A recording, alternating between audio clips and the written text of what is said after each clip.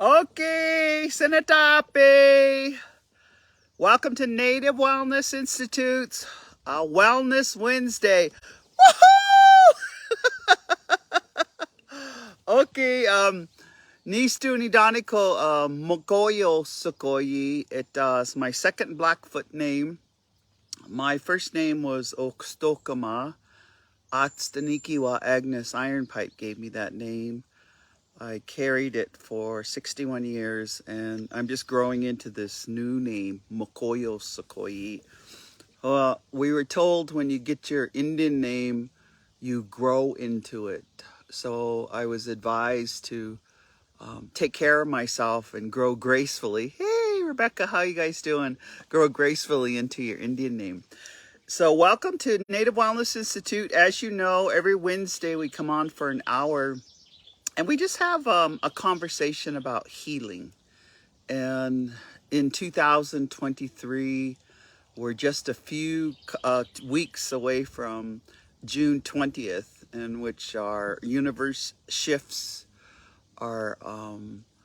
It's always like the solstice and the equinox are always major shifts in our universe and on our earth.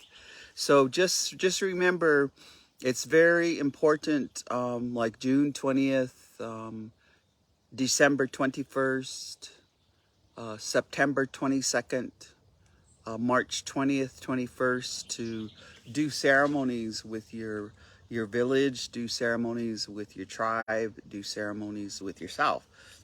So, woohoo! As you can see, okay, this is one of the, oh, hey, Stephen, how you doing?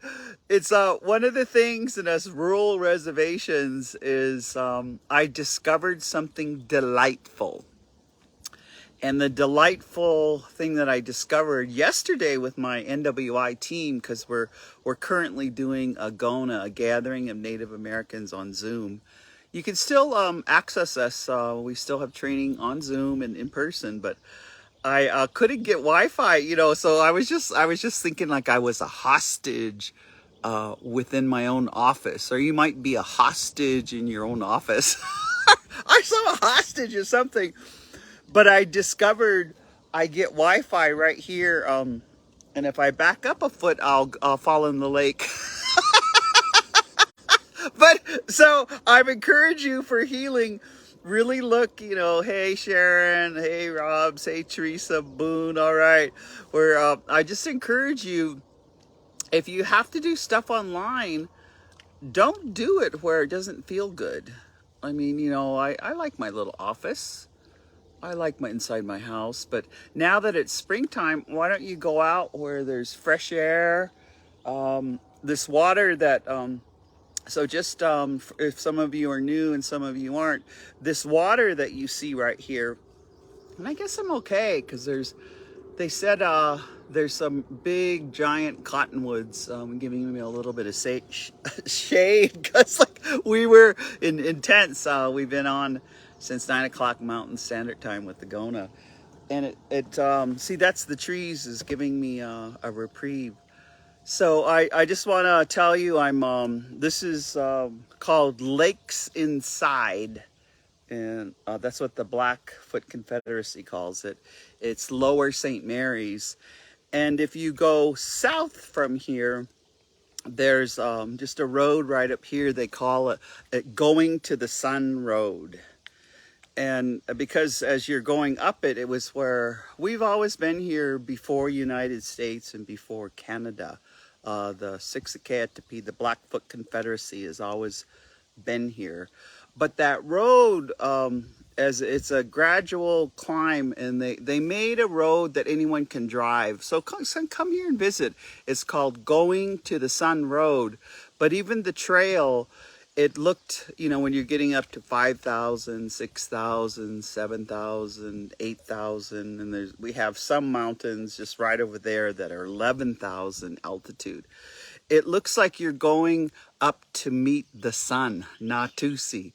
And so when you come down, going to the Sun Road, I'm just explaining, because sometimes, healing, we really have to give ourselves a chance now to heal with the land, to heal with the water, to heal with the air. And so I'm sharing just, this is a place that 3.2 million people come and they're starting to come. Not here. I don't let them in my area. I don't let no tourists in my area. Anyway, but they come here because the triple divide. And 100 years ago, there was more than like 126 glaciers right up above me. We can't get Wi-Fi in there yet, but that would be a good place to do power hour. But the glaciers here, like the glaciers in Alaska, like the glaciers in Greenland, and just like, even where the fires are in Nova Scotia right now and northern Alberta, where they allowed people to frack and dig for oil, there's a lot of fires and disruption in the earth. But this triple divide, right now, it was a beautiful, beautiful, beautiful winter. And they're still clearing the road at the top, and they'll give us, sometimes it's 40 feet of snow. In some areas they calculate it, 166 feet of snow. They're still clearing it. I was hoping to, and who knows, that you can go up to Glacier, around Jackson Glacier. And when you get up to Jackson Glacier, there's a barrier across the road, but you can stop there and you can hike up and you can see them clearing because there's no threat of avalanches, and you can see all of the snow. So this water that you see behind me, and this is, just, I guess, like, duh, I could have been doing the power hour right here. And I have to laugh. So, do you ever laugh at yourself? I think it's a good sign when you laugh at yourself. I mean, I laugh at most things because I think, geez, this human experience is quite the laughable thing, right? Yeah, Stephen. I don't want to look at the comments because I just want to share some healing experiences with you. So it is, this clear sky, and going north there, going up this way is just a few miles is the border. We call it the medicine line. And there's Alberta, and then you drive into Cardston, and it's Treaty 7 area for you Canadians that are watching. And then when you go south, we can go, this is south. The water's kind of still now, and there's, there's loons. I'm trying to look out. Sometimes there's like, the loons come here, and it's so beautiful when the loons come because they have their babies right in this area.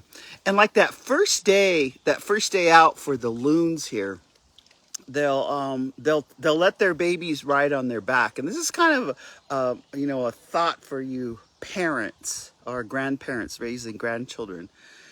They let the baby loons ride on their back, and I've caught it a couple of times, and I start crying because, because I know they let them do that 1 or 2 days, and then they throw them in the water and they can follow them. They teach them by following. They don't let them ride on their back all their life. So, but Indians, man, we're a really loving group. Sometimes we just move all of our kids in with us and all of our grandchildren, and it's kind of funny because like some of our Indian homes, they'll say, "How many bedrooms you got?" "Oh, we got 3. Well, how many people's living there?" 25. They'll say, "Oh yeah," but we move grandpa in, we move grandma in. And then if our kids are having a tough time, we move them into. Anyway, it's an awesome. So this body of water, and triple divide comes down, and think about, even right now, there's incredible dialogue about the Colorado River, and it depleting. There's incredible, Mount Shasta in California. There's just they're looking for the water sources, And one of our water experts said that only 3% of the water on the earth is drinkable. So what's been really cool is I also hear, where it's been raining, like the atmospheric rivers, that there's already places in Southern California where they capture all the rainwater. What a great idea! What a great idea. Capture the water when it's falling from the sky. And so you think about a sweet pea is like the water spirit. Water spirit, books a foot, water spirit, come and just like come down upon us, And so this triple divide up here, this triple divide is when those glaciers melt, they come down here and they go north. And they go into Alberta and they flourish the Hudson River in Canada. And this is what the Canadians do, they bring it down over north of Havre and bring it back into the United States and charge people for the water. Even at Lethbridge, we give them all their water. Anyway, so then the other water heads down towards the Missouri. And those, are warriors at Standing Rock. That water comes from here, these glaciers. It goes down the Missouri when it melts, and it goes and it gives water to Standing Rock and everything below. The other triple divide, and that's, it's behind what you can see, is the water flows, because it flows three ways. It flows down to all the rivers heading towards the Columbia River, all of the veins of water, and it goes into the Pacific Ocean.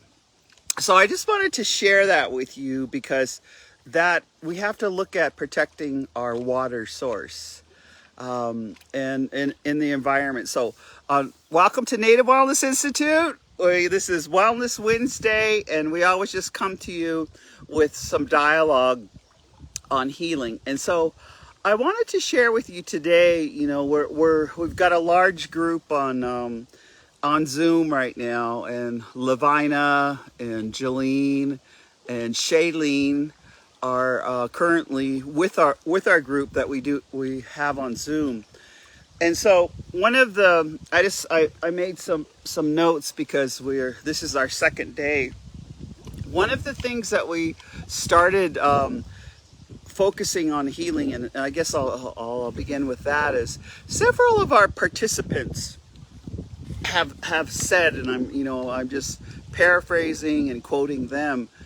They said they really started their deeper healing. So let's think about this deeper healing when they became vulnerable. When they became vulnerable. So, welcome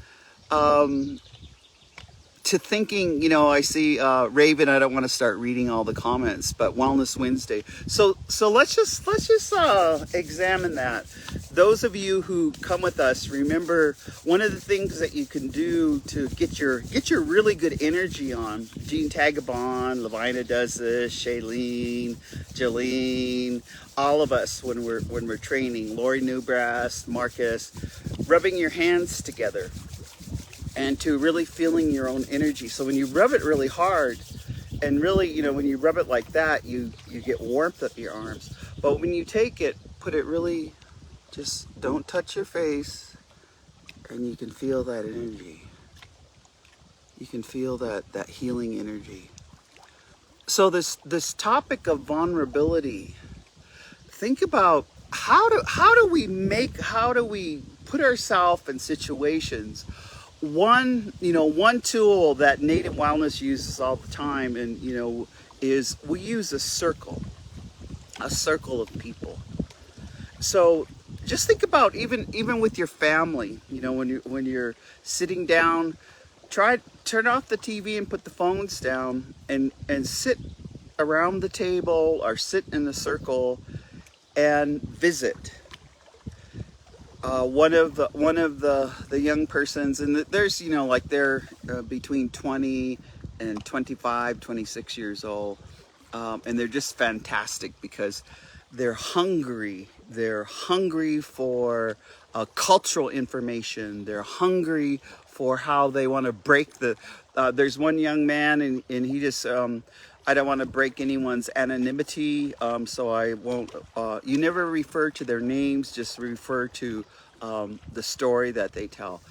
He's just said it at least 4 or 5 times. He said, as a young man, I want to break the unhealthy patterns and break the unhealthy cycles in my family. So in order to do that, he's removed himself and taken a job, at least a day's drive away from where he lived.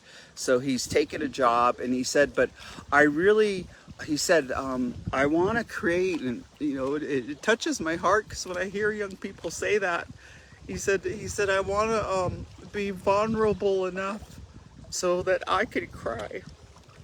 And when he was expressing himself, he said, I know I'm vulnerable when I stop listening to all those messages of don't cry or don't feel, or pull yourself up by the bootstraps, or and some of you may have grown up in a home where they tell you, stop crying, I'll give you something to cry about.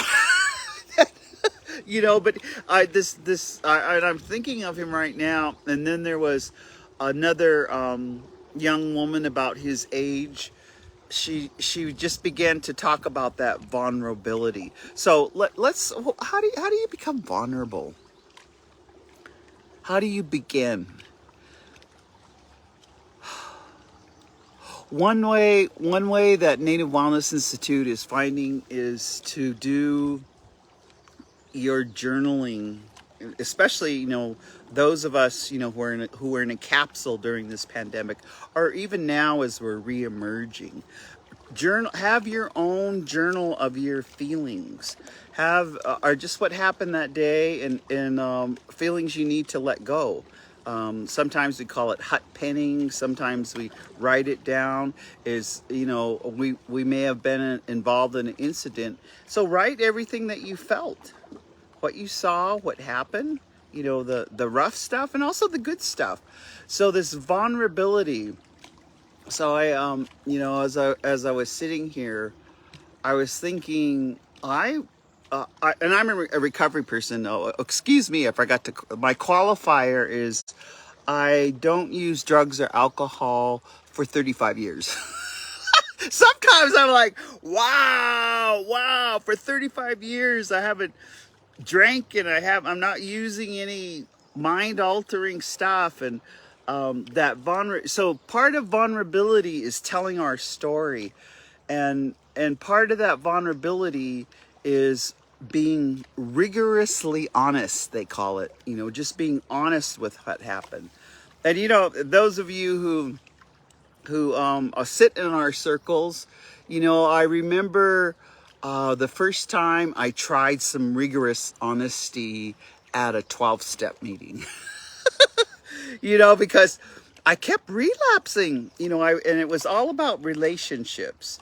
And I identify, I like men, but most recently, I was at a two-spirit gathering with a large group. And I just want to say, I pulled this off. This is what, and I hope it doesn't read backwards, but it said, hate has no home here.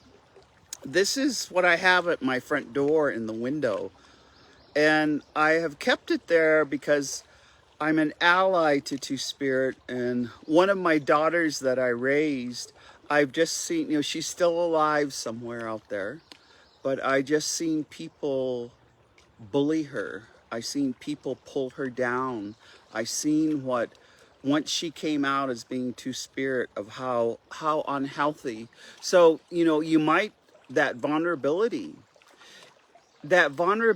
when you come out as a Two-Spirit person, or you come out as non-binary, or you come out and say, I'm gender fluid. And this month of June is to raise awareness and to do healing.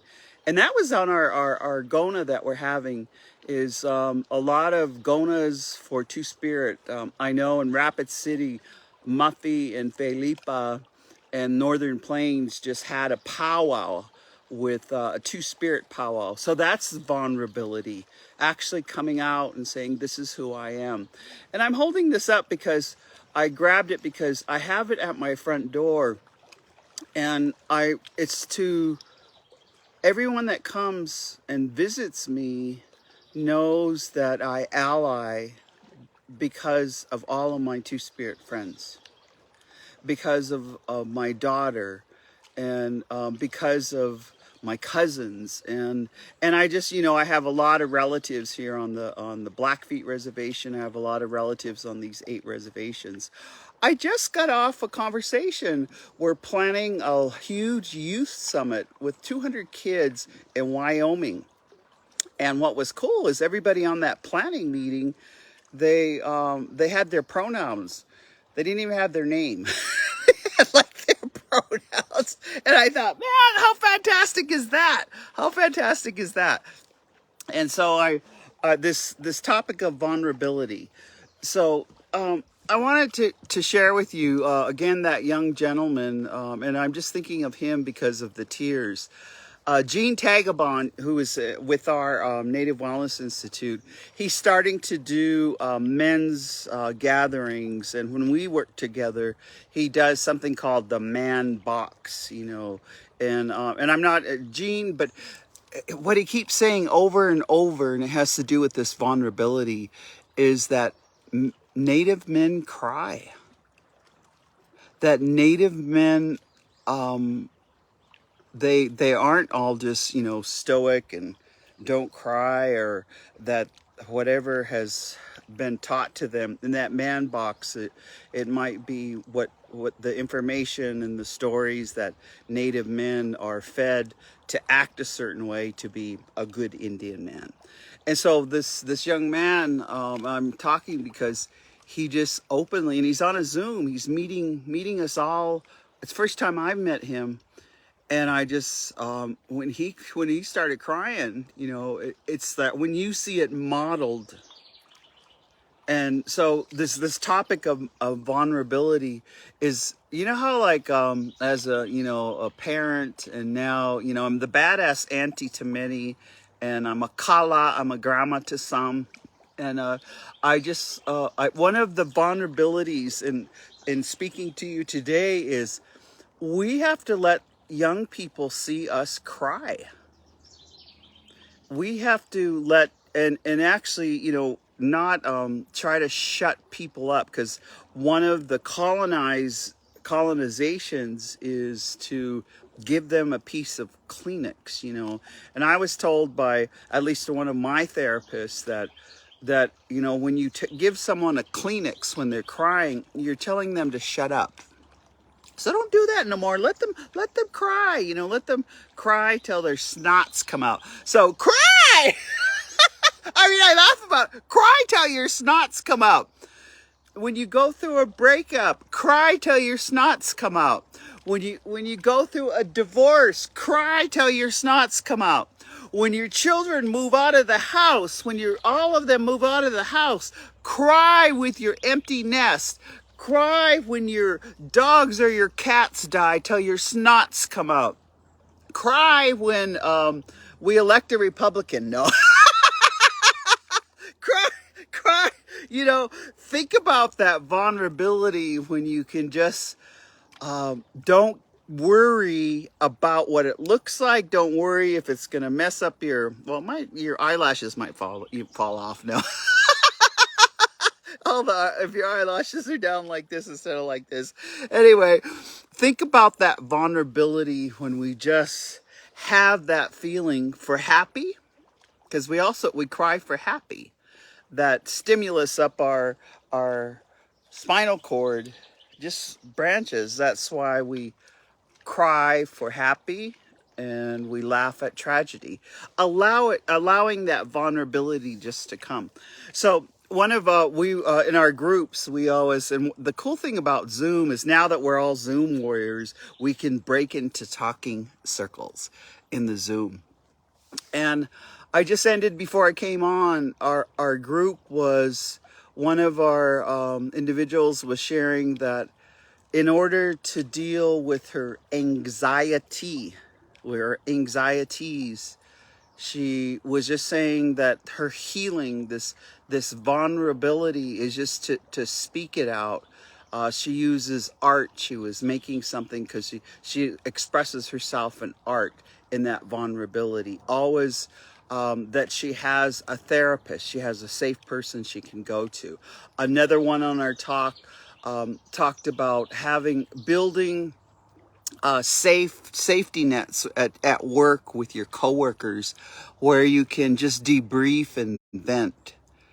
That there's a letting go. And one of the best ones, we were just in the group, is we did this exercise, and you could do it, where you are now, is we Gona. There's a letting go ceremony with, if you're holding on to things. And so we allowed everyone to step away and to find something symbolic, and most found a rock. And so they found this rock, this Natu Sokotuks, a holy rock. And it could be a rock in here. There's several rocks down here. And we said, take 5 or 6 minutes and hold that holy rock, and hold it and whisper to it, whisper to it the things that you need to let go in your life today, that you don't need to burden and carry anymore. And and if it takes you, maybe you need 10 minutes because you need to say all the names of your exes. I mean, so you might be naming, when you're on number 15, oh my God, no. You might carry a resentment. One individual we were just visiting said that they stopped talking to their parent for a while because it wasn't productive. So letting go of, for today, I'm not speaking to a parent. Another person talked about that they're reconciling with their siblings, because sometimes, you hear someone say, I don't talk to my sister no more. I don't talk to my brother. It may be letting it go for today and asking the rock, if there's some way we can reconcile. Because when you're letting go, so you're also asking for reconciliation to this rock. Like, I'm okay with it now, and for today, I just want to have reconciliation in my feelings, my spirit, my heart, talking to this rock. And then once we whispered in there, or talked to this rock, we asked the rock to just take this away so that we could carry on with our day and have a happy day, a good day. So, and then we threw it in the water. I had a rock about this big, and it was interesting because even though I've done this exercise many times in my life and facilitated, I got real serious, and I walked down to the end of this pier right here. And even, one of my first loves was a young man named Tom Trimble. He's not on earth anymore, but they came to my mind, and I just said, I wanna let you go, because I just want to remember the good times, and this is a relationship over 35 years ago. But it just came to my mind. I said, I want to let go, because we had parted, because we had both went to treatment. I went to treatment, and I stayed sober, and he went to treatment. He did not. And it wasn't that he went back to drinking, but he kept smoking dope. He wasn't present. And so it took a couple of years, and it was agonizing. I would journal. I would cry, that I would just say, I know I got to leave him.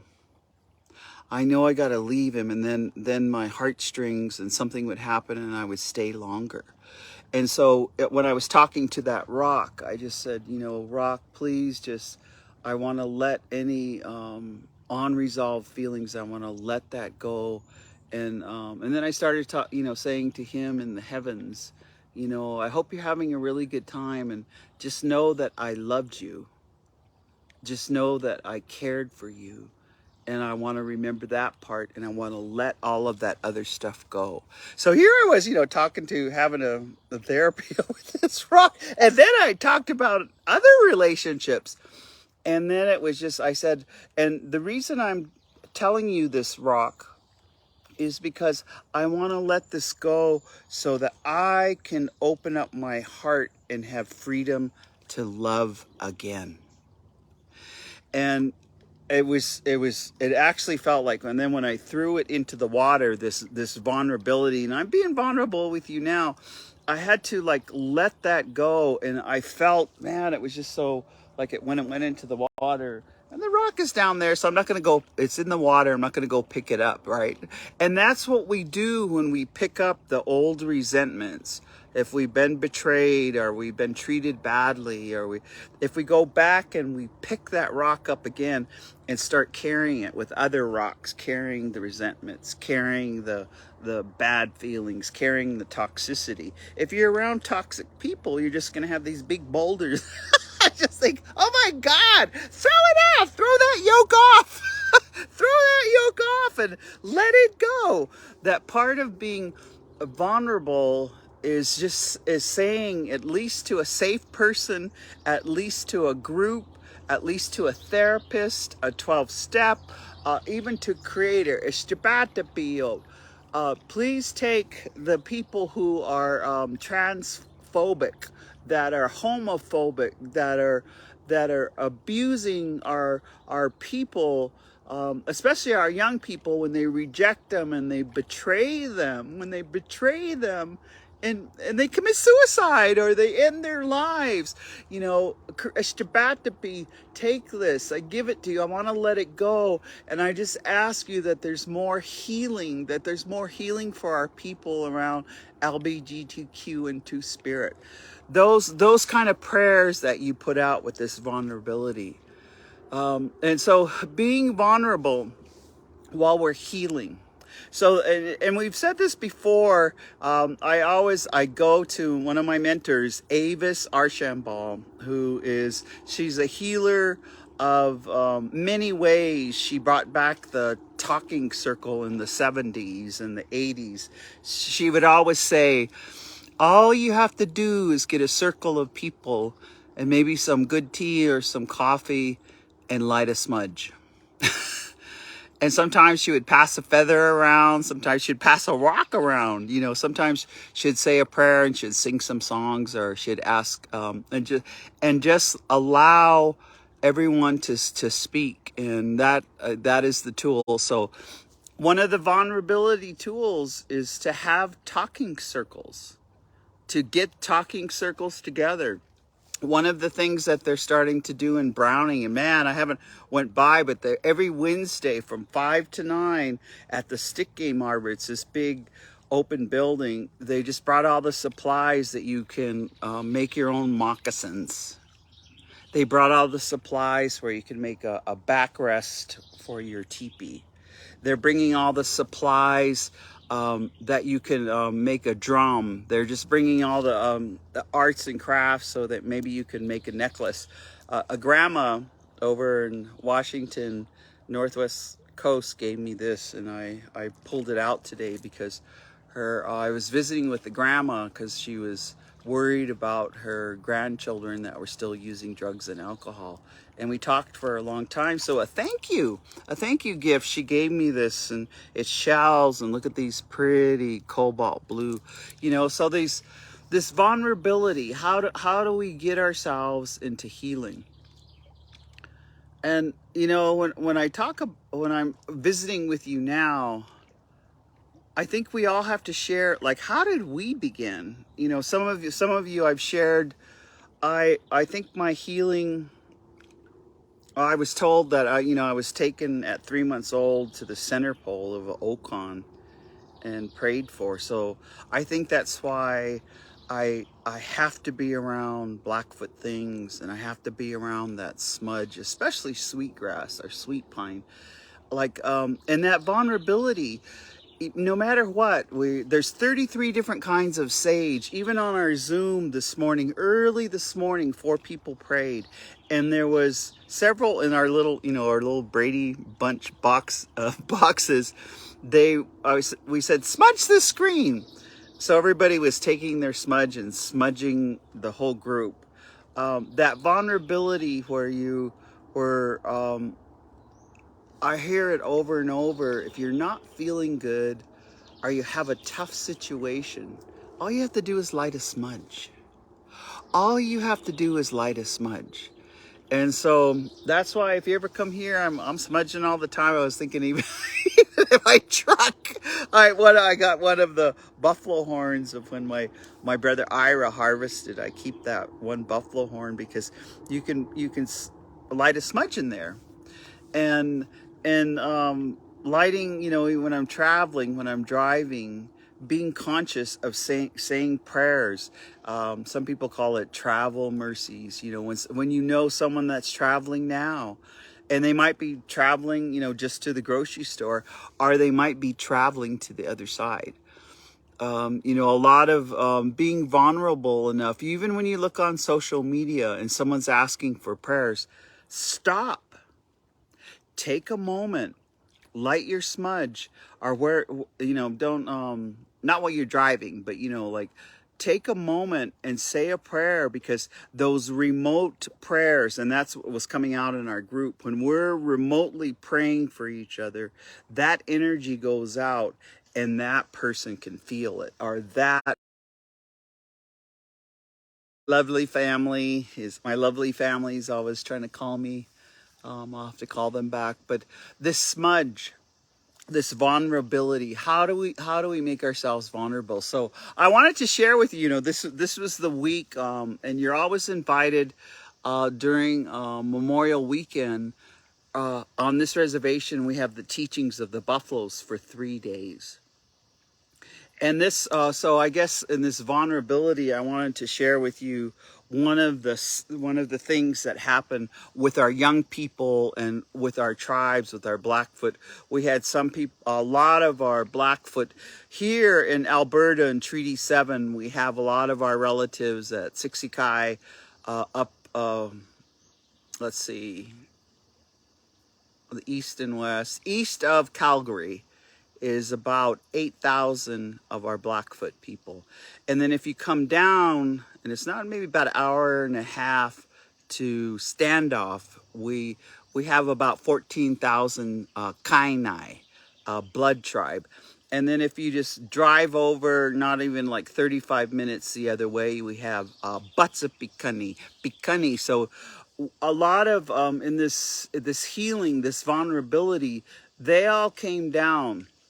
And then we had a large group from our reservation. We had some of our leaders, we had some of our thunderpipe holders, we had some of our horns, our Ixkanaks, we had some of our Moto Keeks, Women's Buffalo Society. We had a lot of Ganaxtimada. There's Brave Dog societies in all of these reserves and on this reservation. And then, this is the best part I wanted to share with you, is we had horseback riders. And I think the youngest was 8 years old. And they make an offering. And it's almost like a upside down triangle, and it's made out of hides, and then there's feathers, and then there's sage on it. It's like an offering that's made in the Okan, the medicine lodge, or some people call Sundance. The offering, it was rode horseback. All these horseback riders, a lot of men, a lot of women, a lot of young people took that offering, and they rode it up going towards the mountain, about 7 miles. And when they got there with the offering, they put together a sweat lodge, and they again in Blackfoot. I'm not going to go through. We have different protocols with our sweat lodge. So while they were forming that sweat lodge, the rest of us, we had everyone had brought a rock. And then Wyatt, Wipert, Sarah Little Bear, Christian Miko, Falcon. There was just a whole team from Blackfeet Community College, and a lot of our relatives. They had brought truckloads. They're so awesome. They had brought truckloads of rocks. And so what we did is we built a medicine wheel. And, around this and some of us, I had never built one with our people. I had gone to medicine wheels There's one by Medicine Hat, and there's Medicine Wheels all the way down in our territory going into Wyoming. There's Medicine Wheels of rocks all across Alberta.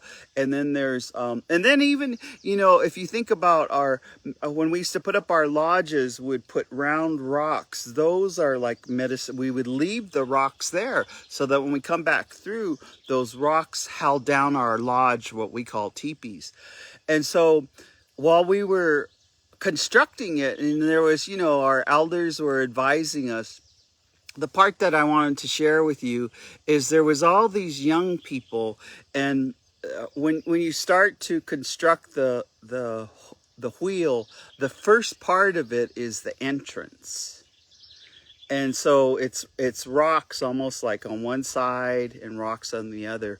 But the two, there's like two main rocks, and then the top of the circle, you put a rock, and then the side of the circle, you put a main rock, and then another rock, and then you come back around to this entrance.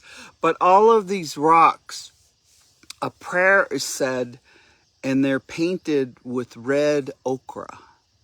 Now in Blackfoot, I'm aware of, we have 17 or more earth paints, and they're a transfer right. So, but this vulnerability, I watched, and he's a wolf child. There was a young girl, two young girls, a young girl and a young boy. And he gave the transfer rights to that little girl because he was painting the rock, and she just came and just knelt down to him, and they painted the rock together. And then he sang for her, and 1, 2, 3, 4, he gave her the right. But her little tiny hands, and that's her little tiny hands. She was like, the rock was about this big, and she had little tiny hands, and you know, and I'm thinking she's only about 6 going on 7. She just is naturally vulnerable. She just took the paint, because you know, he you know, the morning star, evening star, sun, moon, and sakum. He mixed the paint, and she just had her little tiny hands. And she just lovingly, delicately painted those 2 rocks that were the doorway to that medicine wheel. And I'm sharing this because it reminded me of the vulnerability of planting tobacco. Because in Pastaskan or Asema or tobacco, the highest offering that we can give to Creator is the planting. You know, they say Amos Leather up at Sixikai was the last man that knew the 230 songs that go with tobacco planting. But one of I had a flashback because they said when they plant the tobacco, they need an innocent. And like this little girl's an innocent, and that the innocent would take their toe, and after some songs and some prayers would take their toe and dig it into the ground. So with their toe, that's where they put the tobacco plant. And that's part of the ceremony. But as I was watching this young person, and this is, we're preparing to, we have a large buffalo herd. We call them Eni, so it's called the Eni Days 2023. But I was just watching her, and that vulnerability, that love, she just took her time with her little hands, and she painted that rock just so gently, so like it, she respected the spirit of that rock, of that holy rock. And it wasn't a hurry up, it was just painted it. And then she helped paint the one across. And this vulnerability of, you know, when she did that, and we went on. So what happened is, you know, while they're sweating, and you know, you never know, it takes sometimes really long time, sometimes. While they were in the sweat with this offering, this prayer offering, there was about, I would say more than 50 of us. We built that medicine wheel. and we were coming from all ages. We were coming from the Blackfoot Confederacy. We were coming from, we had invited, there was a woman from Belize, from a Mayan woman. And one of the things is when with some Mayan, she came and this was a gift. What a gift. It's called 72% dark chocolate from Belize. And those of you know, I love dark chocolate. I'm not a coffee drinker, but this is, so she was there. And then we invited some Mayans. There was Mayans, and we invited some people from Aotearoa, New Zealand. There, anyway, there was diversity. So there was different, when you have diversity, there's different color skin. There was, a lot of dark skins. There was a lot of different shades. And so that vulnerability, remember, it's not the color of your skin, it's the content of your heart. And that's something we're really learning in the healing right now. It's hey, Linda Herrera, I think you're on here. So when we all built that medicine wheel, and I'm sharing this with you because it's not like I'm not inviting all the tourists. This is an invitation to you, eh? This is an invitation. So when we finished that medicine wheel, and then there's a small circle in the middle, when they came out of the sweat and they finished singing their songs, is they brought that offering and they came in the doorway where that little girl had painted, and they walked to the middle. And it took them, Irvin Carlson, who has been standing by the Buffalo program, and his last name was Wolfchild. They put the offering, and then they just took their time gently stacking the rocks so that it stood up straight. And then we were instructed that this is a place that the Blackfoot always built these when we came to a place on the land and this was the reason behind this particular medicine wheel, is because very soon some of our buffalo herd is going to be allowed to move back into Glacier National Park. We're near a Ninastico, Chief Mountain. So that energy of Ninastico, that energy of the land, and that offering is there. And so, wow. And I was thinking today, when I'm done with my Zoom work, because I have to get back on NWI Zoom, I think I'm going to take a ride up there. Because the night before last, I took a ride up there and I just watched the sun go down. And I went in that doorway and I put out some medicine and I put out some tobacco. But talking around this vulnerability, when we had finished the medicine wheel and they were going to bring the offering, there was young people asking, like, they were saying, like, well, what do we do here? What is this for? And so we have to allow our young people, what do we do here? What is this for? Why are we building this? They're all building, keep bringing out these rocks and building this sacred place to pray. And so there was this young man, and I'm just, in all honesty, we just had a couple overdoses here, and they were overdoses in which they died.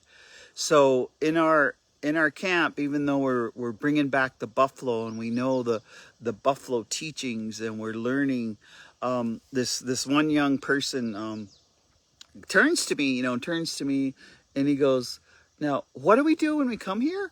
And so, it was just, rather than long explanations, which sometimes we can do, I just said, if you ever feel bad, or you ever feel bad in your heart, or if you ever felt like ending your life, if you ever felt like committing suicide, or someone, you just come here and you say prayers and you walk into the middle of the circle and you take your tobacco, and when you put it down by that offering, boom, it disappears. You won't feel bad anymore. That's what it's for. And you know what that young person said? He goes, "Oh, oh, okay.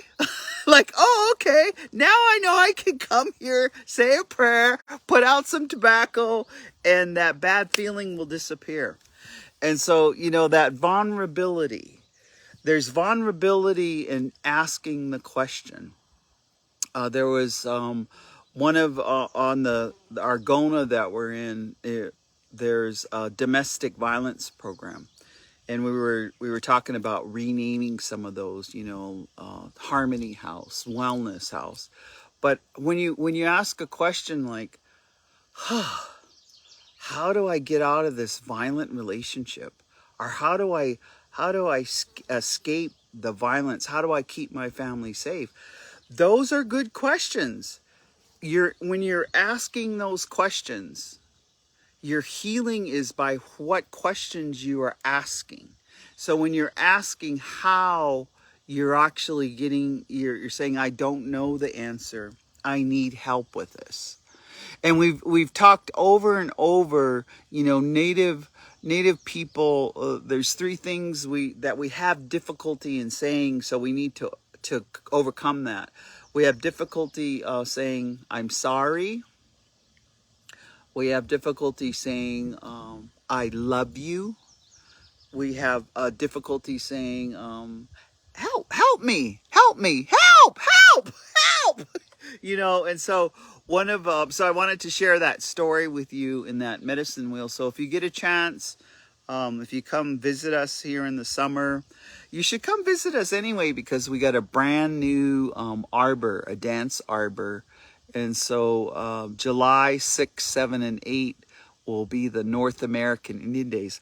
Hey, I was just looking at here. Geez, I'm kind of got Indian oil of Olay in the sun. A lot of grease, but who cares? I'm one of those. I'm proud to be a greasy Indian. Just proud to be greasy. Besides, anyway, as you get older, when Indians get older, they get older with dignity. And it's not nothing against the other races, but you just look like wrinkled prunes. Anyway, but so this vulnerability, we're inviting you, and then at the same time, take some time off this summer and go to your ceremonies. Put it on pause. Put work on pause. Be proactive of putting yourself in vulnerability, openness, where you can do some more healing. I got to take a look at, I'm not a good person on time. And I'm one of your elders that's still, oh, cool. So we got about 8 more minutes here. I'm going to, Crazy Horse Monument and working with Crazy Horse schools, for 3 days. And because they had talked to Little Wound schools, and this is all from Pine Ridge, and they had heard something that Lori Newbreast and I had done a training with the 150 employees of Little Wound School. And so I guess you know that I'm a storyteller. I guess they had heard that I talked about sex. In a way, or that we did exercises about positive sex, about healthy sexuality. And I was just laughing to myself because all of the employees that were at that last training, when we were in the big circle, and sometimes, I said, okay, we're going to talk about healthy sexuality. And all of, the Lakota men were kind of all sitting in this one area. And I walked real close. And I remember when I was walking up close, and I saw one of and here's, this big Lakota man, he's responsible. He's a good person. And as I was coming closer, this is what he did. He was like, oh no, she's going to say something. Oh no, she's going to do something. So he went like this, and I was just laughing about that. So my story is, when we were at Little Wound schools, we had about 8 teams. It was almost in a Gona format. And the story was they did skits. So order to increase vulnerability and to bring vulnerability, do plays, do skits, do healing, act out the issue.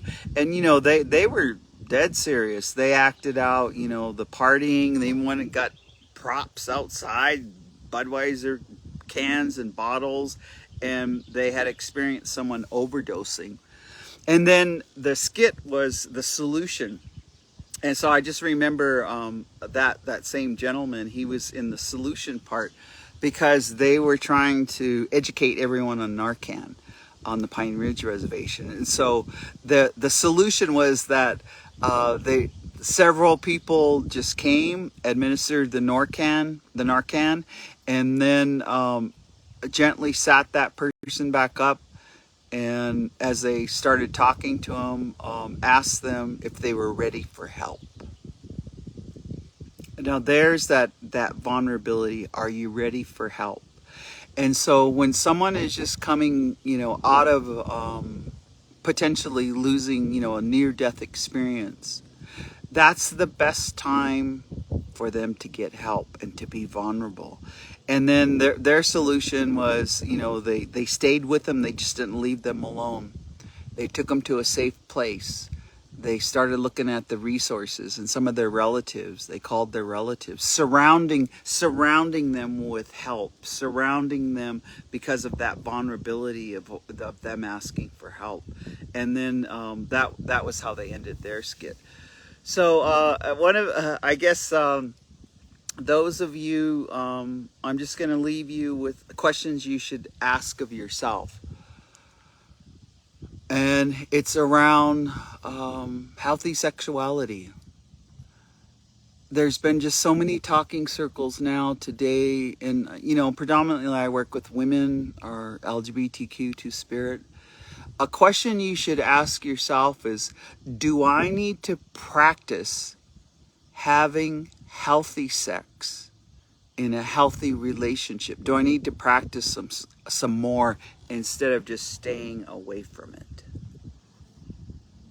And that question, because if you just, I meet so many Native women who raise their kids single and just don't quit dating and just concentrate on their kids, and then their kids move out, and then they go through all this turmoil of, so don't practice. And by practice dating where it's just a date, where you get to know each other before there's any sex. Practice being vulnerable with someone and sharing the stories of your life experience so far, the ones that have opened your heart and the ones that hurt you. So I'm going to kind of leave you with that question today is how do you become vulnerable? How do you become and for you Native women, how do you stop hating on Indian men, talking bad about Indian men? Because you transfer that to your sons. Don't do that no more. How do you begin to open your heart? And we've just gone through this pandemic. We're transforming into different people. And as we're transforming, allow yourself to practice new relationships. Don't come in with the same old scenarios and the same stinking thinking. Is meet that person where they are, and you might be pleasantly surprised because they've transformed into a better person. So with that, it's Wellness Wednesday. This hour just goes away so fast. We're here, Native Wellness Institute. I think next week we're bringing in Lori Newbreast and some of her colleagues. They're doing a lot of stuff with cancer prevention and tobacco. Oh, that might be on the 21st. Anyway, we'll Wellness Wednesday. It'll be me, Jean, or some of the team. I just have to say this is your badass auntie. And you know what? Yeah, I was on Reservation Dogs, but I was just saying I'm going to own it. I'm a badass auntie in real life. I'm a badass auntie in real life. And with that, I'm going to say Kitakito Matsuno. And we'll see you later. Love you. Kitsikako,